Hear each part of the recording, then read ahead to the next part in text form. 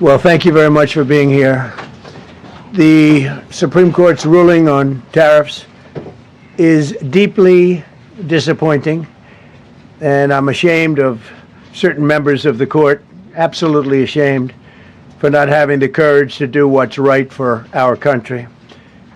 I'd like to thank and congratulate Justices Thomas, Alito, and Kavanaugh for their strength and wisdom and love of our country, which is right now very proud of those justices.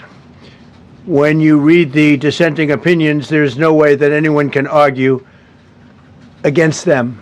There's no way. Foreign countries that have been ripping us off for years are ecstatic. They're so happy. And they're dancing in the streets, but they won't be dancing for long, that I can assure you. The Democrats on the court are thrilled, but they will automatically vote no. They're an automatic no, just like in Congress. They're an automatic no. They're against anything that makes America strong, healthy, and great again. They also are a, frankly, disgrace to our nation, those justices. They're an automatic no, no matter how good a case you have. It's a no. But you can't knock their loyalty. It's one thing you can do with some of our people.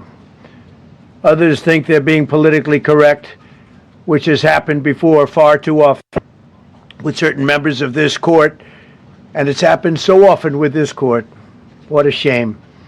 Having to do with voting in particular, when in fact they're just being fools and lapdogs for the RINOs and the radical left Democrats, and not that this should have anything at all to do with it. They're very unpatriotic and disloyal to our Constitution. It's my opinion that the court has been swayed by foreign interests and a political movement that is far smaller than people would ever think. It's a small movement. I won by millions of votes. We won in a landslide. With all the cheating that went on, there was a lot of it, but we still won in a landslide. Too big to rig. But these people are obnoxious, ignorant, and loud. They're very loud, and I think certain justices are afraid of that. They don't want to do the right thing. They're afraid of it. This was an important case to me, more as a symbol of economic national security, and also, I would say, just for our country itself, so important, because we're doing so well as a country. We've never done so well. The good news is that there are methods, practices, statutes, and authorities, as recognized by the entire court in this terrible decision, and also as recognized by Congress, which they refer to, that are even stronger than the IEEPA tariffs available to me as President of the United States. And in actuality, I was very modest in my ask of other countries and businesses because I wanted to do, and it's very important, I wanted to be very well behaved because I wanted to do anything, I didn't want to do anything that would affect the decision of the court, because I understand the court. I understand how they are very easily swayed. I want to be a good boy. I have very effectively utilized tariffs over the past year to make America great again. Our stock market has just recently broken 50,000 on the Dow, and simultaneously, and even more amazingly, broken 7,000 on the S&P, two numbers that everybody thought upon our landslide election victory could not be attained. Think of that. Nobody thought it was possible to do it within 4 years, and we did it in 1 year. They said, you'll never be able, you'll go back and you read the geniuses, read their statements, all of the Nobel Prize winners in economics. They said, no, you couldn't do it in 4 years. Well, we didn't do it in 4 years. We did it in 1 year. We broke every record in the book, and we're continuing to do so. Tariffs have likewise been used to end 5 of the 8 wars that I settled. I settled 8 wars, whether you like it or not, including India, Pakistan, big ones, nuclear, could have been nuclear. Prime Minister of Pakistan said yesterday at the great meeting that we had, the Peace Board, he said yesterday that President Trump could have saved 35 million lives by getting us to stop fighting. They were getting ready to do some bad things. But they've given us great national security, these tariffs have. And together with our strong borders, reduced fentanyl coming into our country by 30%. When I use them as a penalty against countries illegally sending this poison into our country to poison our youth. All of those tariffs remain. They all remain. I don't know if you know that or not. They all remain. We're still getting them, and we will after the decision. I guess there's nobody left to appeal to. But again, those three people, such respect. I've had a lot of respect for them anyway, but such great respect. But other alternatives will now be used to replace the ones that the court incorrectly rejected. We have alternatives, great alternatives. Could be more money. We'll take in more money, and we'll be a lot stronger for it. We're taking in hundreds of billions of dollars. We'll continue to do so. To show you how ridiculous the opinion is, however, the court said that I'm not allowed to charge even $1. I can't charge $1. Can't charge $1. I would have used 1 penny, but we don't make the pennies anymore. We save money. Can't charge $1 to any country under IEPA. Not $1. I assume to protect other countries. This must have been done to protect those other countries, certainly not the United States of America, which they should be interested in protecting. That's what they're supposed to be protecting. But I am allowed to cut off any and all trade or business with that same country. In other words, I can destroy the trade. I can destroy the country. I'm even allowed to impose a foreign country destroying embargo. I can embargo. I can do anything I want, but I can't charge $1. Because that's not what it says. And that's not the way it even reads. I can do anything I want to do to them, but I can't charge any money.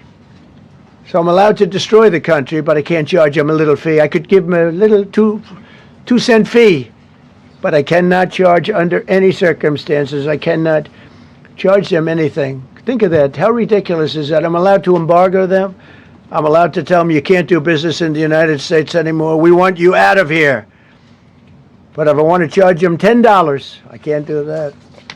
It's incorrect. Their decision's incorrect. But it doesn't matter because we have very powerful alternatives that have been approved by this decision. You know, they've been approved by the decision for those that thought they had us. And they're saying that I have the absolute right to license, but not the right to charge a license fee. So think of that. I have the right to license, which is a very powerful word. In many ways, license is more powerful than tariffs. In fact, I was thinking about using it. But they came up with the idea that I can license, just like the people that were opposing me told them to do, but not the right to charge a license fee. Think of that. Who ever heard of such a thing? What license has ever been issued without the right to charge a fee? You get a license, you charge a fee. It's automatic, but not with this court. But now the court has given me the unquestioned right to ban all sorts of things from coming into our country, to destroy foreign countries, but a much more powerful right than many people ever thought we even had, but not the right to charge a fee. How crazy is that? Our country is the hottest country anywhere in the world right now. And it was a dead country 1.5 years ago under an incompetent president. But now I'm going to go in a different direction, probably the direction that I should have gone the first time, but I read the language. I'm very good at reading language, and it read our way 100%, but now I'll go the way I could have gone originally, which is even stronger than our original choice. As Justice Kavanaugh, whose stock has gone so up, you have to see, I'm so proud of him, wrote in his dissent, although I firmly disagree with the court's holding today, the decision might not substantially constrain a president's ability to order tariffs going forward. So, think of that. The decision might not substantially constrain.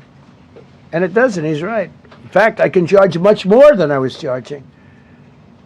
So I'm going to just start. Although I firmly disagree with the court's holding today, the decision might not substantially constrain a president's ability to order tariffs going forward.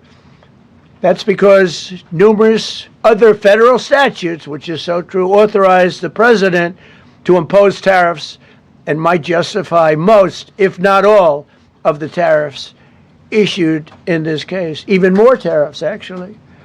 Those statutes include, think of that, those statutes include, for example, the Trade Expansion Act of 1962, Section 232. All of these things I know so well. The Trade Act of 1974, Sections 122, 201, 301. And the Tariff Act of 1930, Section 38, all clear. But it's a little bit longer process. I thought I'd make things simple, but they didn't let us do that. I would like to thank Justice Kavanaugh for frankly, his genius and his great ability. Very proud of that appointment. In actuality, while I am sure that they did not mean to do so, the Supreme Court's decision today made a president's ability to both regulate trade and impose tariffs more powerful and more crystal clear rather than less. I don't think they meant that. I'm sure they didn't. It's terrible. And to think that the Democrats who oppose this only because they want to go the opposite way, they'd like to pack the court. They want to put on 21 people. They want to pack the court, pack the Supreme Court. Maybe they should do it. Maybe they would be better off if they did it. They want to pack the court. They want to do anything to hurt our country. There will no longer be any doubt, and the income coming in and the protection of our companies and country will actually increase because of this decision. I don't think the court meant that, but it's the way it is. Based on long-standing law and hundreds of victories, and even, as I was pointed out before, even thousands of victories over the years, to the contrary, the Supreme Court did not overrule tariffs. They merely overruled a particular use of IEEPA tariffs. And essentially, it's to use to get a fee. I can do anything I want with IEEPA. Anything. I just can't charge anybody for it. I can license, I just can't charge them. It's ridiculous, but it's okay because we have other ways, numerous other ways. The ability to block, embargo, restrict, license, or impose any other condition on a foreign country's ability to conduct trade with the United States under IEEPA has been fully confirmed by this decision. So now there's no doubt, because, you know, there were a lot of questions about tariffs because no president was smart enough to use them to protect our country from those countries and businesses that were ripping us off. You took a look at the deficits that we had with some of these countries. It was disgraceful what they got away with for many, many decades. But now we know, because this decision affirms all those things that some people weren't sure about. In order to protect, and it says so, in order to protect our country, a president can actually charge more tariffs than I was charging in the past period of a year under the various tariff authorities. So we can use other of the statutes, other of the tariff authorities, which have also been confirmed and are fully allowed. Therefore, effective immediately, all national security tariffs under Section 232 and existing Section 301 tariffs, they're existing, they're there, remain in place, fully in place, and in full force and effect. Today, I will sign an order to impose a 10% global tariff under Section 122 over and above our normal tariffs already being charged. And we're also initiating several Section 301 and other investigations to protect our country from unfair trading practices of other countries and companies. Thank you for your attention to this matter, and I say quite simply, which I've said for a long time, make America great again. And interestingly, we've already made it great, so I don't have to use that, but I don't think we'll ever give up on MAGA. MAGA is always going to be with us. If you have a few questions, you can let us know. But just to end, so we're going forward. We will be able to take in more money, and there'll no longer be doubt, because there was always doubt. I know the people that brought the lawsuit, and they're sleazebags, major sleazebags, but I know them, and they're foreign country centric. They were sending things into our country, and the people representing them knew full well, but they were sending things into our country, and they were beneficial to other countries, but very, very bad for us. And I stopped it, and we'll just keep it going. So we have a totally firm decision now, and I don't think the court meant it, because the court doesn't show great spirit toward our country, in my opinion. A lot of bad decisions, but there are usually ways around it. This is something we could have done, as Justice Kavanaugh said, we could have done this originally, but we're doing it now, and the numbers could be far greater than the hundreds of billions we've already taken in. Yeah, please. Thank you, Mr. President. Mr. President, I'm very curious. You've spoken about in the red. Thank you so much, Mr. President. Justice Thomas and Alito, as you know, are the most conservative constitutional justices. Do you think that you'll get to appoint 2 more justices later this term with similar ideologies? And what type of vetting process will they go through to ensure they uphold? I don't know, but they're great justices. That's all I can say. And I hope they're going to be around a long time. I hope they're going to stay healthy. They're great people. They're great. And Justice Alito, too, to add to the group. These are great men. Right. With a great love of our country and a great understanding of the law. Mr. President, are you going to ask Congress to take additional action on tariffs now? I don't need to. It's already been approved. I mean, I would ask Congress and probably get it. When people look at the real numbers, and you look at hundreds of billions of dollars that have come into our country. Yesterday, I was at a steel plant, as you know, and I went to great place, great plant, great, wonderful people. And they were telling me, I said to them, you were there, a lot of the press in this room. Of course, I don't think this plane's big enough to take the press in this room, but a lot of the press right here. We were in Georgia. And I said to the owner, I made a speech at a factory. They make steel products. And I said, how are you? Nice to meet you. How's business? President, I'd love to kiss you. This is a very powerful man. I don't want to be kissed by that man, but a very powerful, strong man. He's been in the steel business for many years. His father started it. And he said, sir, I want to kiss you. I said, why? He said, because we were down to working 1 hour a week, and then you came in and imposed tariffs, and all of that foreign junk that they were dropping into our country stopped. And we're now going to double shifts, 7 days a week, and we may be very soon going to 24 hours around the clock, almost 7 days a week. He said, sir, I want to kiss you so badly.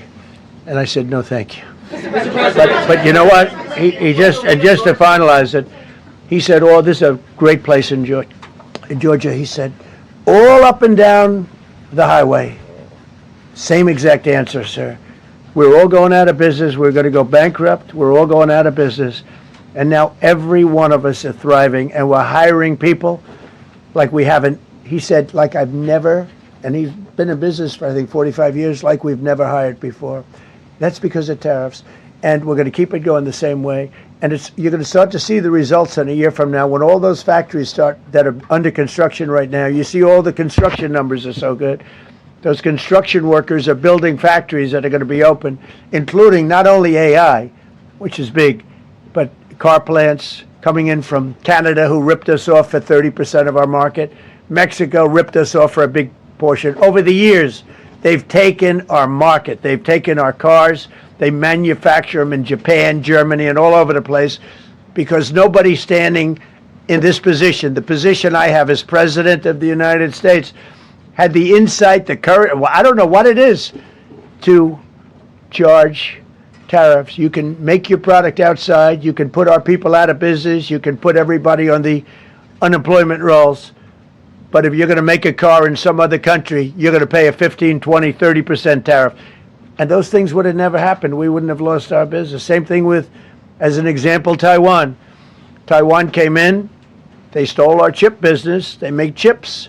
For 30 years longer, they made chip, and they put our companies. Intel would be now the largest company. I saved Intel. I literally saved it at the beginning of this administration. And now all those companies in Taiwan are building factories in Arizona, Texas, and various other places because they don't want to pay tariffs. They're all pouring into the United States.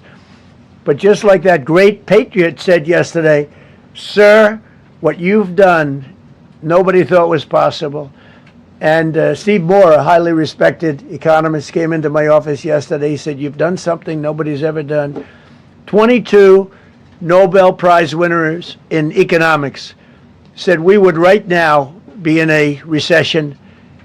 And you said, no, we're going to have a booming country. We're going to have a booming country. You were right. All 22 were wrong, and you were right. This country is booming, and it's booming because of the election on November 5th, and it's booming for another reason. It's booming because of tariffs. Yeah, please, go ahead.